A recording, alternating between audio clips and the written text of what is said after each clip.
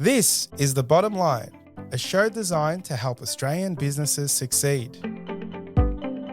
On the show, you'll hear from leading Australian business owners as they share the lessons they've learned building their companies. You'll learn from their successes as well as some of the challenges they've faced along the way. We also talk to experts from a range of fields who share specialised techniques you can use to improve your business. I'm your host, Savan Tuna, and I'm a director at Alexander Spencer, and I'm really passionate about helping Australian businesses succeed. Most companies say they're innovative. Very few build the muscle to actually adapt when it counts. So how do you turn innovation talk into innovation in action? Today I'm joined by Gus Balbontin from New 21, a team dedicated to helping organisations challenge the status quo and become truly adaptable in how they think, build and lead. We'll explore how to move from talking about innovation to actually embedding it in daily operations, how to challenge ingrained habits without alienating people, and we'll finish with practical steps you can take today to build a more adaptive, innovative organisation. Let's dive in. Gus, thank you so much for joining me on The Bottom Line. Thank you. We were talking about culture and you asked me how to pronounce my name just earlier before we pressed the record button. But I was just about to ask you about your background. So you're Argentinian. Tell me a little bit about your background. So grew up in Patagonia, the bottom tip of Latin America. Small little place. I always say in Australia comparable to something like Broken Hill or Cooper Pedy or something incredibly remote and kind of peculiar, I guess. Like when I was little, we're talking a little tiny town of 200 people, like really, really small.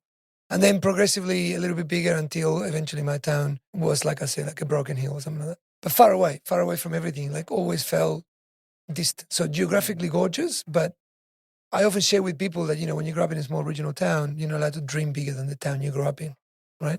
So if your town is X big, your dreams are X big. So of course I dared to go a bit further than that.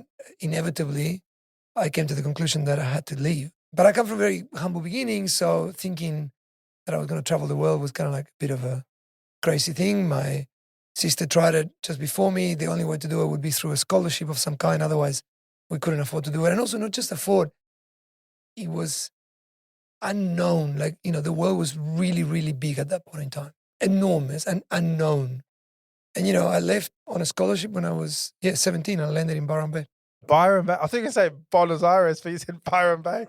So I was going to say, wow. So I thought you would go maybe to a big city in Argentina, then find your way to Melbourne. I didn't. I finished high school in Australia. So I did primary school and most of high school in Argentina. And I was doing lots of things. I was playing tennis and being very sporty and small little town, my bike everywhere, mates, whatever.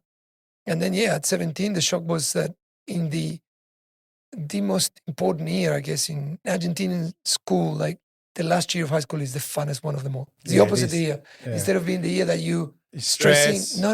It's the opposite. You literally do nothing almost. And all you do is you polish and optimize your social skills. That's exactly the time when you need to figure out how to be an adult. So that's when you optimize all that. So it's the time where, you become the most rebellious, the time where you understand how to form political parties, how to change society, how to tackle world change. That's the time where everyone gets touched. And then, of course, you enter university and it's like, let's go, we're ready to go. So the filter in Argentina tends to happen in the first year of uni. So uni is free. So the first year of uni is the one that filters everyone out. So if you want to be a doctor, you can completely. Just go and apply and get in. First year, you need to pass. That's your challenge. And you can try as many times as you want. You can try 2 or 3 or 4 times. Wow. And if you make it, I always find that fascinating and important, right? If you want to be a doctor, you shouldn't be up to a particular mark in a test that, no, not at all. It should be, if you want to be one, sure, come in. I mean, sure, you're going to have to, do some bits and pieces to get there. And normally in Argentina, the funny one, because a lot of friends did it, the one that gets them always anatomy. Because of course they have to get into bodies and blood and whatever. And that's the one that calls everyone. It's like, I want to be a doctor until they do that subject. It's like, okay, I don't want to be a doctor. So take us through your journey. You landed in Byron Bay. How did you end up in your professional journey? Did you get to uni? So first, when I came here, I did year 12 in Australia. The year in Australia primarily did for me is it deconstructed my observation and belief system of the entire world, right? From being a big place to being a small place, from being a perhaps in parts a dangerous place, to actually being completely the same as anywhere else, from expecting that Anglo-Saxon culture was going to be really cold because, of course, Latin American culture is warm. I realized, actually, no, they got the warmth. It's just slightly different warmth, and it works in a different way. And so all the constructions that you built over, in my case, 17 years, came crumbling down in the first few months, inclusive of my own safety network of family and friends. And then bit by bit, you build it up again, and you build up a new version of the world. The bit that doesn't go away is your principles and ethics and stuff that your parents and your family gifted you growing up. But everything else changes. I still remember growing up hating fairly heavy rock and roll because my dad hated it. So I hated it too. And then when I was 17, I got here and I was like up in Byron Bay and Regurgitator and all these crazy bands, Friends of Rome and I can't remember any other, Spider Bait and whatever. Those are the crazy bands. And I was like, no, I don't like that. And then I started going, actually, I like this. This is really good stuff, And all of a sudden my belief system started shifting and molding again. So it was an amazing experience that year. And then went back to Argentina, went to uni, did industrial design, very creative from very young. My dad's an architect. My sister is an architect. Grew up amongst rubbers and pencils and papers and drawing things and understanding the world always through visual elements. So design came really natural to me and fixing things and coming up with products and solutions. And I was always designing a new plane or a new car or a new way of, or new furniture or I will see something and go, I can make this microphone better. This microphone is silly because it's got, whatever, the cable is not running the right way and it actually bothers me. That needs to be attached. Anyway, in fact, I noticed that, so I was annoyed about that. I'm going like, this is so silly. It points down. So I did industrial design. And then when I was in Australia, I fell in love with a gorgeous girl. And 2 weeks after I met her, I asked her to get married with me. Oh, wow. Yeah, it was one of those things that happens in life in a very fast way. Of course, she said no to me, so I was like, I thought she said yes. No, she said no. But for those in the audience wondering, I did marry the girl of my dreams. I've got 3 kids now. So eventually I won and I convinced her, but we're laughing because she thought I was trying to get a visa. And I was like, what? I wasn't even thinking about the visa. I just really like you. And she had a boyfriend, so I had to get rid of him and I had to do all this stuff. Anyway, but when I went back to Argentina, I went to uni, of course we stayed in touch and she was going to go to uni too. But we couldn't quite, this bond that we created was like, we need to shake this off and figure out if this is going to work or not. So she came over to Argentina. I dropped out. I was hitchhiking a fair bit by then. I was a bit of a loose cannon at uni. I was going, but I felt it was a waste of time. There was a lot of things, generally speaking, education never worked for me. I was one of those kids that really struggled with systems in general. I always had a real healthy disrespect for systems that try to organize or control societies. And you need them because they're important to be able to organize ourselves. But equally, they can be incredibly oppressive when you don't quite fit them properly, right? And I was one of those kids that didn't quite fit.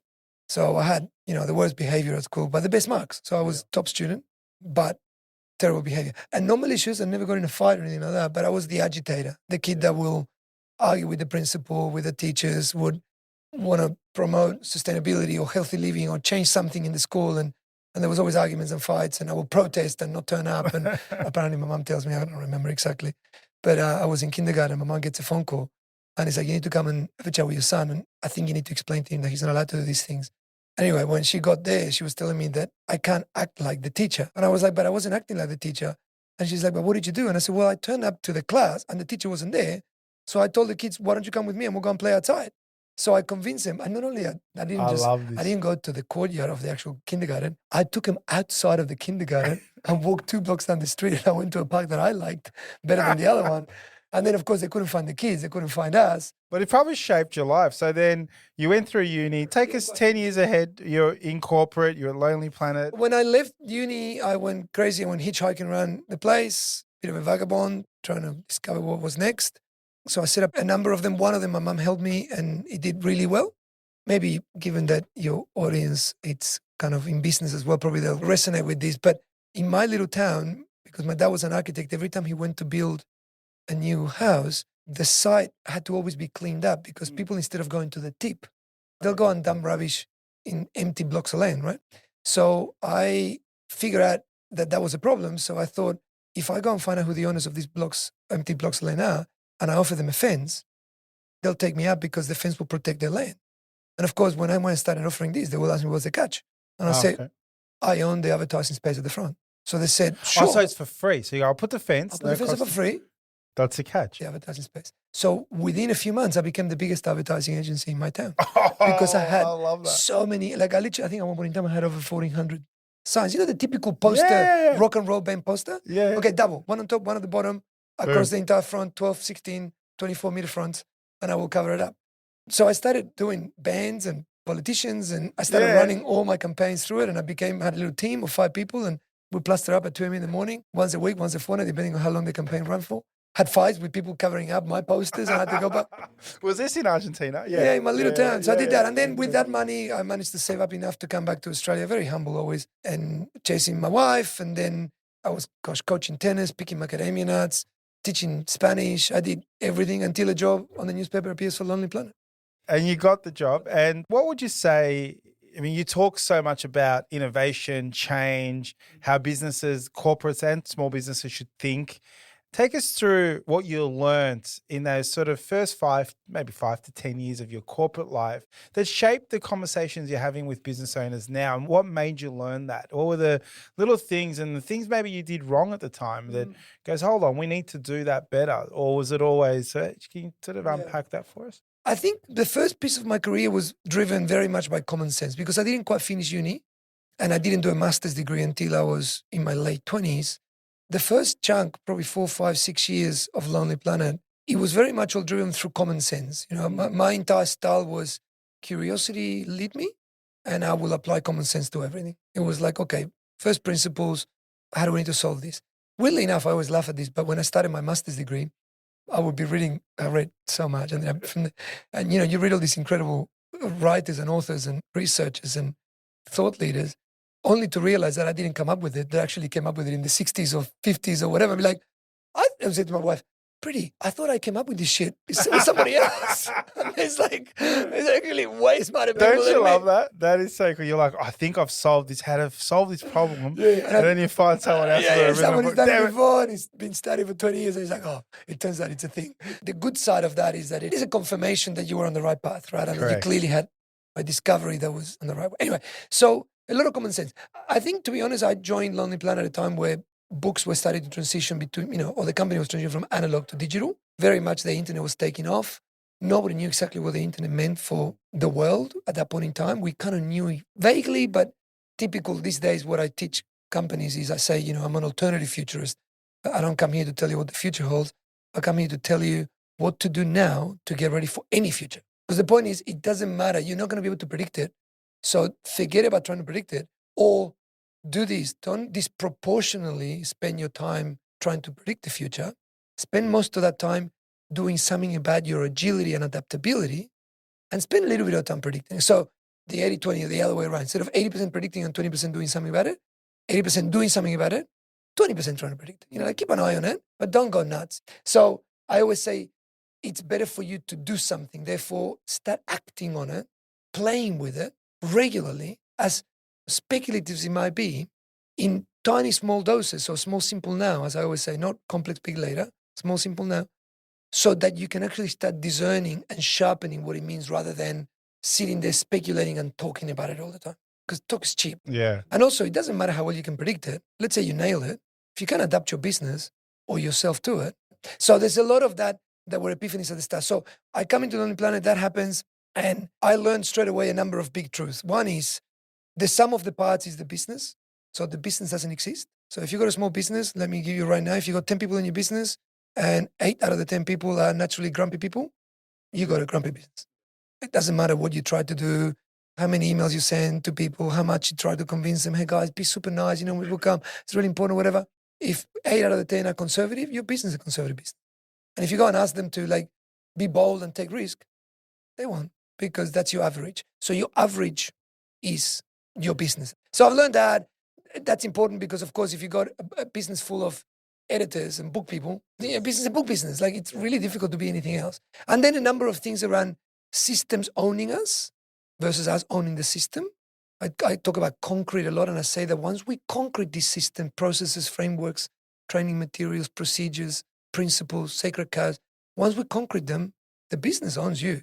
So when you say concrete it, are you referring that if you create a system and you concrete it, you see it as something that's so secure and thing that you don't want to get the sledgehammer out, and you want it to be more fluid so that you can go, hold on, we can change that. It's not so cemented. That process isn't cemented. That thinking of how we should run our business isn't cemented. Everything's up for change. So your view is even if you think the system or the process is right for now, it could be what it is today, but be open-minded to saying, no, we're going to challenge that status quo. It's not always going to be concreted into the way we think. We concrete without realizing. And also we concrete for good reasons too. Yeah. Meaning concrete is efficient. It's effective. It does the job. It's predictable. Yeah. It's legal. You know, like, all right, we need to do this because by law we have to abide by all this. Okay, cool. Put it in place. The challenge is that law changes and then we struggle to change and panic because we concrete the shit out of it and we build it into all our processes and systems and thinking and training and whatever. And then all of a sudden the law changes and we go, what? We now need to change all this. It's like, whoa, yeah. And like that, anything, you name it, the customer changes and you have to go, what do you mean now? Or now it's TikTok or this or that. Is like, what? I got used to doing advertising this way. Now I need to change. Like I said, with good intentions, but without realizing it eventually owns us. Yeah, and instead of us, it owns you. So. Yeah, it's a challenge for small business in particular that they end up, business owners end up being owned by the business. They're not owners of the business owns them. And you end up just running around doing what the business tells you to do rather than like, hey, what are you doing this for? I don't know. I've been doing it for the last 20 years. Yeah, we do it this way. So you were in that transition phase where it was books and print and the internet came along. And was that sort of the first year you were in there, or that sort of as you grew into the business that started to happen? The question is, how did you then go, okay, hold on, this place has got a lot of concrete. And how did you get involved in your role in that digital transformation? Truth is, the concrete is an analogy that came obviously to me afterwards, right? Yeah. In hindsight, everything is a lot easier. When you're in it, you know, you're not stuck in traffic. You are the traffic. You are it. I love that. So it's not as if while I was inside, I was completely aware of everything that was going on. The internet creeped up a lot slower than AI. Yeah. So both very similar in terms of transversal. They're horizontal technologies that cut across everything. Typical of the experience we've been having over the last couple of centuries is that each one comes a little bit quicker and happens faster. So the internet crept up for a few decades, and then when it sped up, it didn't quite go crazy, like build up, more websites. There was a bubble popped in the early 2000s, and then it kept building, and letters. AI has been in the builder for a few decades, the same, but woof, and the tools of production have become available to everyone really fast. Where back in the day, I remember making a website was not that easy. There was still a bit of complexity around it. Now it's like people can go into, it's insane. It's really, really fast. So I think the recognition of we need to start shifting is when we started seeing companies like TripAdvisor and Expedia coming up, and all of a sudden our customer base going, or Google even though they weren't a direct competitor, and customers going, hey, I can just go to a box, put Italy, and get what I want. So if I can do that, then why can you give me that? And we'll be like, yeah, but we've got this thing called a book and it's got an index. Same thing. It's like, well, hang on a minute. So there was a little bit of that recognition. And by the way, typical of big, large corporations, I always say to people, don't ever for a second think that there was enough smart people at Blockbuster, Kodak, Nokia, Lonely Planet, that they didn't see the change. Of course they saw the change. Of course Kodak wasn't stupid. They just couldn't do anything about it because they built too much momentum in a single direction and had too much concrete. So what happens is, even if you recognize it and realize, you can't do anything. If you have 10 people in your accounting firm, and they're all accountants, and they're becoming more AI agents and so on and so forth, and you go, we should change. I know we should. Yeah, good idea. And then you keep talking about it, but you're not doing anything about it. I got to share a story on that because you mentioned the scenario where you said, oh, if you've got 8 grumpy employees out of 10, you've got a grumpy business. One of the things we're trying to do at Alexander Spencer, we try really hard to provide awesome customer service, but we try to get accountants who are very technical. Like think of lawyers, accountants, they just know how to design a house or they know how to do a tax return and whatnot. They're just good at that. They love it. We ask these guys to sell. We ask these guys to do customer experience, be account managers. And I'm driving so much like training and guidance. I'm like, why can't these guys just pick up a phone and just have a conversation with a client? It builds connection.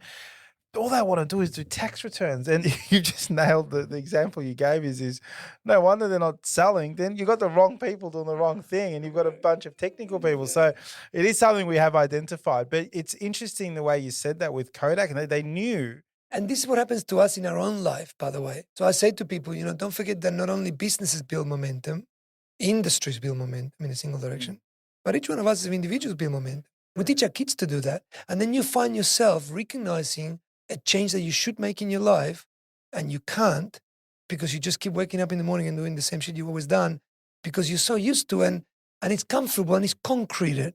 So it's easy. So you just do that. And then that discomfort of shifting or changing or bringing something into your life is like, oh, yeah, but I just do what I've always done. That's so true. Same coffee shop, same order. And your biology actually plays against you because your biology wants you to do that. Wants you to do the same shit over and over again. Because your brain consumes too much energy. Of course. And because your brain developed over 2.5 million years of hunter-gathering, which energy wasn't easy to come by, your brain developed this beautiful technique, which is if you burn the same neuropath, brain's happy. So how do we as leaders that are psychologically wired like this probably have these issues at home and then want to bring it into our business that especially now, I wrote AI on my piece of paper because that's the one that's coming and everyone's talking about how we're going to innovate, how we're going to keep up and what do we need to do differently. If change is so bloody hard and we're getting the same coffee from the coffee shop as an entrepreneur and then trying to build it in, how should we think through this with this fast-paced change that's coming? I always say to people, don't waste another day or another second delaying your investment in your tolerance to discomfort and change.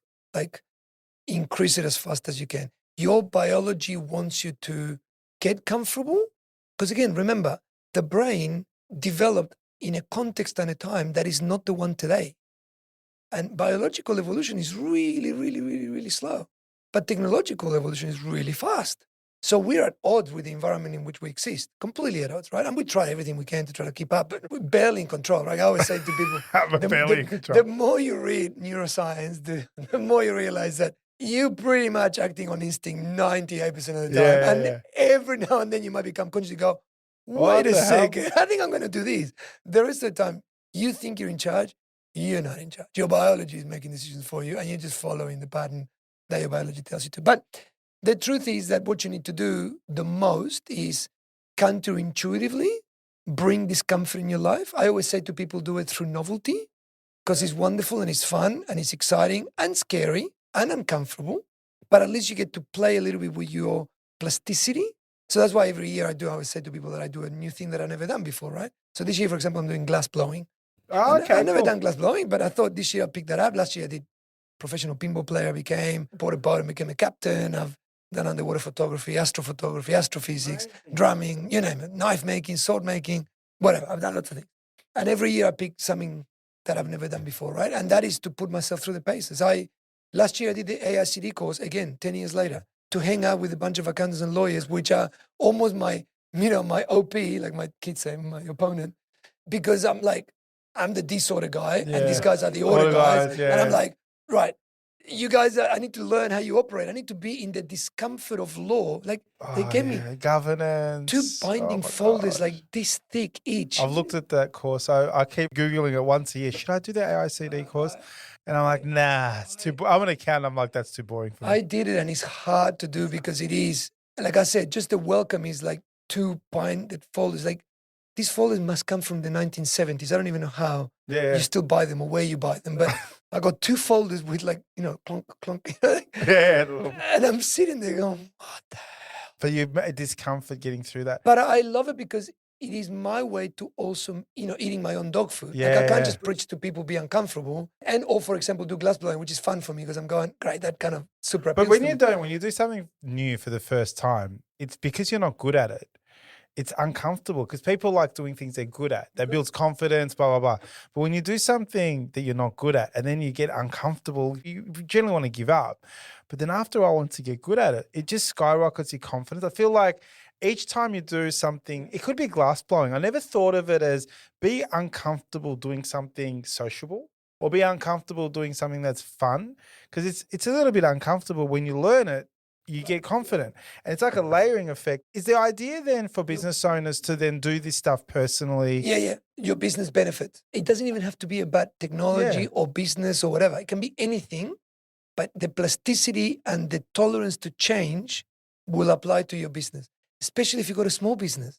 Imagine you got 10 people, right? You want to make your 10 accountants slightly more bubbly and maybe a little more whatever. Send them for 12 months on a challenge every month. And I tell you what, by the end of the year, you'll have different people. And it don't even have to be about don't send them to professional training on sales and none of that stuff. Send them to glass blowing and live nude drawing. What has this got to do with accounting? Nothing. And that's the point. Just make your brain explode a bit in discomfort and your entire business will benefit. So let's talk about this fast pace. So I said this to someone the other day. I'm like, sometimes I drive to work about a week ago. I'm like, and I listen to a lot of podcasts, and a few of them is, a bit scary around, the future's going to be very different and our kids aren't going to have jobs. I'm like, oh my God, this is very scary. But I wasn't worried about my kids. I was driving to work and I'm like, do I even have an accounting firm in 5 years' time? Because, a lot of what we do is sitting in front of a computer. It's using our brains to do things. There's obviously great technology in our industry that's probably going to get innovated and get better. Like, shit, I've got into a new office for 10 years. I get really worried. And then I come in here and what do I do about it? So let's talk about that. All those business owners out there now that have got concrete everywhere. And I think you said it in another podcast, their wardrobe has still got clothes from 10 years ago. I think you said that. And they got concrete everywhere. So advice to them that go, if we don't make some element of innovation, change and flow with the world, we're going to either get competitively disadvantaged or we're not going to have a business. I think I always encourage people to think of the future something they need to pull towards them, not something they need to wait there for it to hit them. So you need to make sure you become incredibly good at letting go so that you can make your BAU the right size so it pays the bills, but it allows enough space to explore the future. Because if your BAU is so full of everything, because everything you do, you never stop doing, because you can't let go of anything, right? That's why the analogy of the wardrobe, right? Your wardrobe is full of shit that you don't need and you don't let go. Your emotional baggage that you carry. Let go, create a bit of space. That will allow you to go and start exploring those new things in a small, simple now way. And that will inevitably start bringing some flexibility and agility in your business, right? The quicker you make yourself irrelevant, the more relevant you are. Always. So everything that looks crazy and impossible is exactly where you play with. So if right now someone says, hey, an AI agent of the future could potentially do all your accounting, pay attention, start figuring out small, simple now, how do I train an agent to do my job? But do it yourself. Don't go, because it's that simple. And if you don't know how to do it, ask ChatGPT, how do I train my own agent to replace doing my job? Yeah. And then start following and seeing what happens. And bit by bit, that exercise and that playing with the future means that you're not sitting there going, I wonder what AI is going to do. You're actually doing it and playing with it and talking to your mates and talking to other colleagues and figuring out what they're doing. And that allows you to start introducing in your business that novelty. That could be to do with AI and could be a dose of a few other things as well that you might have not connected to. A quick, simple lesson from internet days for small businesses. The first thing that always goes is the practical, rational stuff. And the bit that takes the longest to go is the opinion, emotional stuff.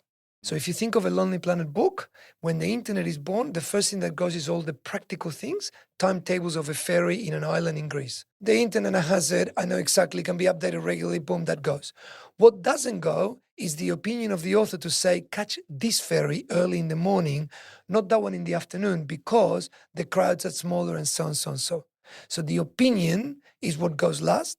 Eventually, the opinion also went because the internet eventually became an aggregation of opinions, and eventually you could discern, hey, it looks like most people are catching this one over this one. There must be a reason. Hang on, let me check the comments. Done. So you didn't need the authority of opinion anymore, eventually. So with AI, the same thing will happen. The first thing that will go out of your job as an accountant or a lawyer or whatever will be all the practical bits. It's like all the legal bits. I don't need to ask anymore, hey, can I do this or not? I can literally reach my phone and say, hey, in Australia, can I do this or not?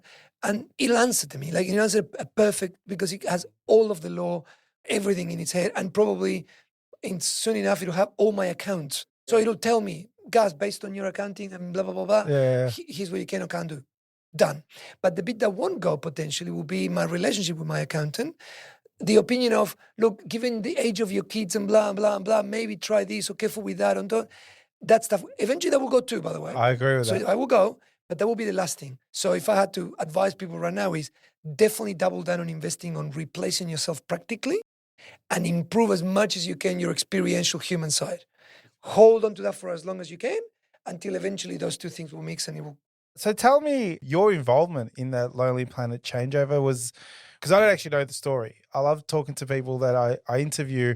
So what ended up happening with Lonely Planet? It was very successful in the transition. Yeah. Take us through that journey. And then and now I want to know about what's happening now. Okay, yeah. So no, Lonely Planet days, well, they were amazing. And I was very lucky. I was the lucky kid that was a fanatic of traveler. Like, think about it. I was hitchhiking in Latin America, looking at Lonely Planets of all the other travelers, going, oh my God, imagine one day working for that company. Like I was like, and then I was like that kid that dreamed to be a musician and then was in a rock and roll band, traveling.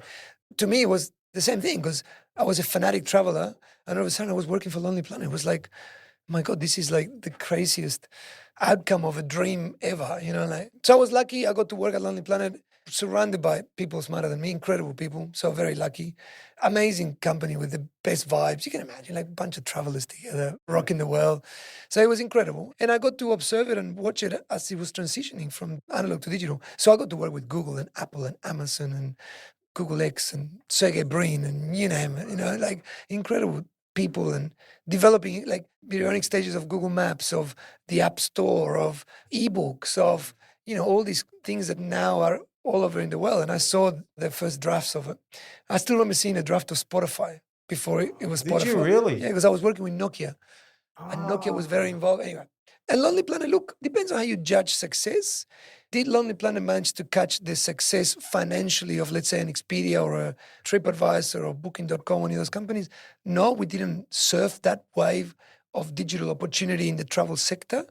We didn't disappear, though. Lonely Planet, at that point in time, a lot of the competitors went bankrupt and Lonely Planet didn't. So it managed to adjust enough to stay on, and it's still alive today. I mean, it's not as big as it used to be. It's a little bit like I think of it as a vinyl record company. Yeah, like it's probably smaller, but they love it. But loved by lots of people and amazing, But yeah. And take us through New 21 and what you're doing now. You're just before you came here, you did a keynote for a large ASX listed company. I won't name who it was. And on socials, you're in front of fans. You're like a rock star now, Gus. So take us through what you're doing now, the area you're playing, and actually, I'll tell you the story that you probably weren't ready for or thinking about, and why it led to where I am now and what I do now. When I finished at Lonely Planet, I was very tired of corporate life, and I kind of climbed a really steep ladder of corporate in a very publicly big brand, global. I had a lot of weight and responsibility on my shoulders there. And I was 34 or something when I didn't know what I wanted to do, but I kind of knew what I didn't want to do. Like I said, I don't want that political environment that, I've learned to master and I did really well in it, but it was complex and I wanted to work on things that I wanted to work on and I wanted to work with people that I wanted to work on only. And how do I achieve that? And I wanted to only work 9 months of the year. What if I want to take off 3 or 4 months of the year? And by the way, I've done that for the last 10 years. How do I do it? So then I started realizing that the epiphany I had was that deploying the most valuable thing you have in your life, which is your time, effectively, which is an illusion. It's just the deployment of it, the prioritization of it. If I prioritize 40, 50, 60 hours a week to one job for one corporation, I am effectively putting all my eggs in one basket. And because I was an early investor, I've been an angel for many years now and then helped set up corporate venture funds and run as a general partner of the funds, I realized it's like investing in one share. The most valuable thing you have in your life, your time, all in one share. Your chances of success are almost zero. And if anything happens, you're gone, right? So I went, I am never going to deploy my time to one job. Either my own personal business or somebody else's, less somebody else's. Like I'm just going to give you all my time for a wage. Absolutely no chance. So then I started thinking of how do I build my life and my career as if it was a portfolio, same as a portfolio of investments. How do I spread this time across the broadest, safest possible way so that the odds are that one of them will pay off? So at that point in time, by accident, I fell into keynote speaking because someone asked me to come and presenting the company, I did, and there was an agent and said, a friend of mine saw me and said, my mate said, dude, you should do it too. And then one thing led to the other. I'll do it. And then it became a massive thing. So over the last 10 years, I do I won't say, but no, I've seen the stadiums, they're full. Well, I've done up to 10,000 people. So that's the biggest one in the US. And this morning was, I think it was 500 or 600 people in the audience. So a big one. But every week I do about 2 or 3 keynotes a week on average. So then that was one. And then all of a sudden, because I was an angel and I started investing heavily, I started getting involved with some of the startups. So I'll go, all right, I'll do a day a week for that. And then I have corporates approaching me and going, can you do this job? And I go, look, no, I don't want a corporate job. Here's how I would do it. Oh my God, Gus, we want you to do that. And I go, hey, I got you a deal. I do it 1 day a week. And they go, you can't do this job in 1 day a week. Try me. I reckon I can do a big chunk of it, because if I'm not involved with you all the time, I won't pay the tax of being in the office. And then all of a sudden people started hiring me a day a week to run their innovation or their corporate, whatever. So I started building that. Then that led into, of course, having a consulting business, because being in front of so many people, so many executive teams, and Gus, can you come and help us more? And I'd be like, no, I don't do that. I don't know. But then one of the clients would be like, oh, that's a cool one. I love to fix that problem. So then I'll go and find a couple of my mates and I'll bring them in, and then we started aggregating that, and that became New 21, which is a beautiful little business. But we kind of kept it small, because if it gets too big, then I pay the same price again. And we didn't want that. And we don't want to be your average, sometimes we call ourselves the unconsultancy, because we try to avoid any of the kind of big four vibes. Not that there's anything wrong with them, I love them. But we try to play more of a very personalized. So we work with the very largest companies in the world in a way that is so niche and so stealth that often the people inside the business don't even know that we actually don't work for them. And we love it. We love that. We actually ask them to appoint us with titles. Oh, say, call me. Yeah. One of my big, large ASX listed, for many years I was the innovator in residence. I wasn't. I was a consultant technically, but they didn't know that. And then, probably the other one that takes the most amount of time right now is a wheelchair company. So I've got to help 2 founders, beautiful people. I help them with their wheelchair company. It's called Rove Wheelchairs. Beautiful. Yeah, I think I've heard of Rove. Yeah, gorgeous. Gorgeous. They're local manufacturer. Hard to do manufacturing in Australia. These guys are doing it. Beautiful, beautiful business. So you talked about corporates. What's 1 or 2 things that our Australian SMEs can learn from your Qantases and Telstras and these large corporates that you go in there and you go, geez, if the little SMEs knew this little trick, they'd be much better for it? I'll start with the counterintuitive one. Definitely what not to do. So for example, in the pursuit of scale and to operate at that scale, they have to lay even more concrete down. And here's the mistake that they make. When they lay it down, often, because it's such a pain in the butt and it's such a big business and there's so many people and there's so many regions and it's a global company or whatever, not only they conquer it, they just conquer it and forget. And the challenge is that before you finish implementing, more often than not, you have to get rid of it and implement something else. These days is so fast that, even software, think about this. You finally figure out how to do it, you put it in place, you start using it, 12 months later, there's a better one. So I often remind people, the thing that the corporates don't do very well, that a small startup should never try to do in the pursuit of scale, is concrete so much that they're not thinking of getting rid of the concrete. So every time you implement something in your business, think of the explementation path. Implementation, explementation, which is, how do I get rid of this? Doesn't matter what it is. Always think about, hey, we're going to implement a new process. Blah, blah, blah. Great, amazing. Let's get excited about how to do it. How fast can we do it? Who do we need to train? How do we cascade? How do we get 10 people involved? Da, da, da. Great. At that point in time, pause and go, okay. And if we had to get rid of it, how fast could we get rid of it? And then do another hour of that. Okay, well, we would unpick this, change that. Actually, hang on. We would have connected it to the bank and to this. So we would have to disconnect that and that and that. Where would the database go? Shit, they own the database. Okay, let's make sure that before we sign the contract, we own the database. Great. Good. So you know how to unplug yourself. Because if you don't know how to unplug yourself, then eventually what happens, we're lazy. We go, let's get rid of the concrete. Yeah. And then you look and you go, man, it's gonna have you thought about it? No, me neither. Just leave it. Don't worry about it. And then we just become lazy and then we don't do it. So large corporations lay it down really well. They struggle to get rid of it. So don't do that. Now, things that they do well. Large corporations do spend a chunk of time and effort and investment very well, more often than not, in learning and development and training its people. So they do that. They know that's a trick. They know that's important. They know they have to do it because otherwise it's very difficult to arrange thousands of humans in a single direction and with similar ethos and similar. So you have to do that, and it's important. And small business often see this, especially as very cynical and very kumbaya, like, oh, come, an accountant, we're going to do some self-exploration and emotional intelligence. They go, come on, mate, seriously, leave me alone. Oh, we're going to do Myers-Briggs and we're going to see your type. And they go, whatever. But they do that well. They do that well, and it's important. You should do it. And a lot of the HR teams in those big, large corporations are, and this is a bit of a kudos to them because I work with them very closely. They are geniuses. They're amazing teams because they sit in the in-betweens, right, in that magic, relationship between humans. And in smaller scales, you can almost hold that in your brain. 10 people, 20 people, you can almost know. But when you get to 1,000 people, 200 or 10,000, contracts become really complex. So you have to think very cleverly about that stuff. And then of course, structuring efficient scale, which has to do with the concrete as well. So this is again the paradox and the dilemma is that you have to be also very good at that while you remain good at getting rid of it and replacing it. Yeah, because we're about to launch a project internally. And as you talk about concrete, we have grown quite significantly in the last 3-4 years. And we've put on a lot of new staff, a lot of new clients, and we've bought 2 accounting practices and bolted that on as well. And one of the things we found out was we have awesome procedures and processes, but none of it's written down. So we actually don't have a lot of SOPs that's centralized.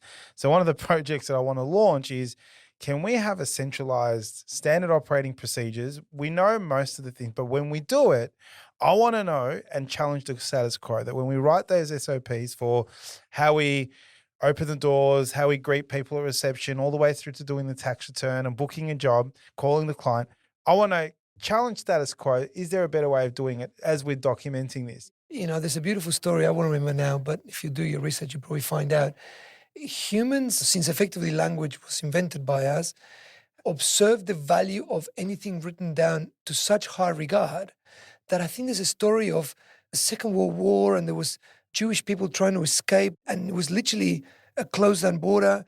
But I think they had papers that were signed by X or whatever it was. And the paper was so valuable, even though the dissonance in the guards head going, but I'm not allowed to let you through. But your paper says you can, but no, you shouldn't go through this. But the paper says, okay, I'll have to let you through. It's written down, it's like, but my degree is written down, it's signed, it's on the wall. So I am that, Humans have that. So what I warn you about is be very careful that in the process of you making things efficient and standardizing them, you don't start becoming irrelevant because you actually now have stopped all your people in your business thinking how to keep improving it every day and changing every day. Because they go, I'll just follow what it says there. But it's like, no, but that's a better way. No, but I don't need to use my common sense because now I just follow what the SOP says. Yeah, because it's really interesting because we don't have them and we've never had them. We have little bits and pieces and everyone create their own. And I'm like, but we do a really good job. Like our systems, processes, it's just not easy to onboard a staff member. It's like, okay, we're going to onboard someone new. And it's like, oh, how do we do that? It's like, oh, ask her, she'll tell you. If I was consulting your business, you know what I would tell you is don't write me in a bit of paper, 1 A4 bit of paper, 10 principles. Principles, basics. That you give them. Effectively, what's going to trigger your common sense to act. Yeah. So don't tell them how to greet a person. Just tell them what the person is meant to feel. What does a person need to feel when they meet you for the first time? This is what you want them to feel. Okay, you are an adult. Make sure they feel that. Do it however you want to do it. Because if you standardize it, I'll tell you a wonderful, relevant story to that. I was a cartographer. When I started with designer cartographers, we were called, right? Yeah. And a job description really clearly explained how to draw the best maps. The best maps were drawn like this. Here's your KPIs. Here is the way you operate. Here's who you work with. Here's who you report to. Here's what you're responsible and accountable for. And there were standards of what maps need to look like. There was color and black and white. And this was, right? So we follow that. And in fact, to be really good and get your end of the year goal sets and bonuses and whatever, you had to achieve this to do that really well. Simultaneously, somewhere around the world, there were people trying to fix the real problem, which wasn't to draw really pretty maps. It was actually to get a traveler from A to B when they didn't know how to get from A to B. That's what we were doing. So guess what? They came up with Google Maps and we didn't. And the reason why we didn't come up with Google Maps is because we weren't even thinking about how to get the customer from A to B.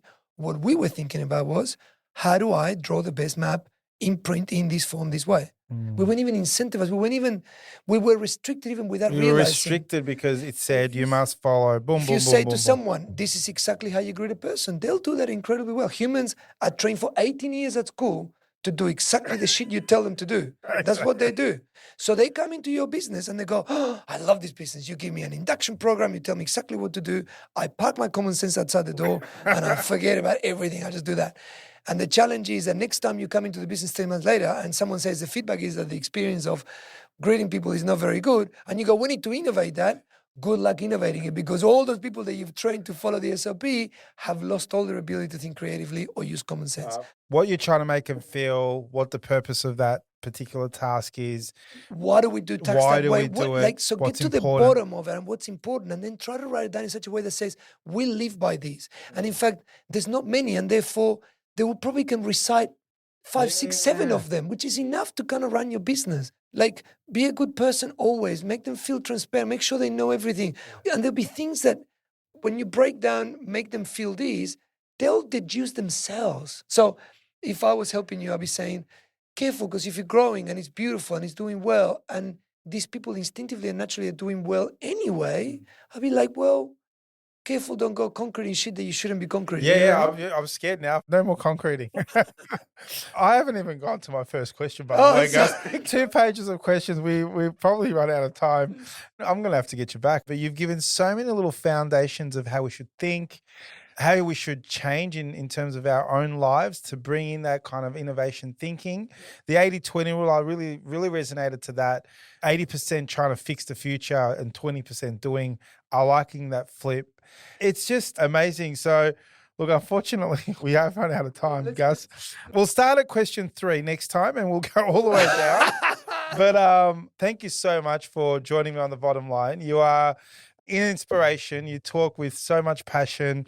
And I know the Argentinian background and my background being Armenian, we are, hot-blooded, love family, love interacting, love the socials, and that energy really comes through. And I know why so many people want to be a keynote speaker. And that gentleman said, hey, mate, you're going to be a keynote speaker, was onto something.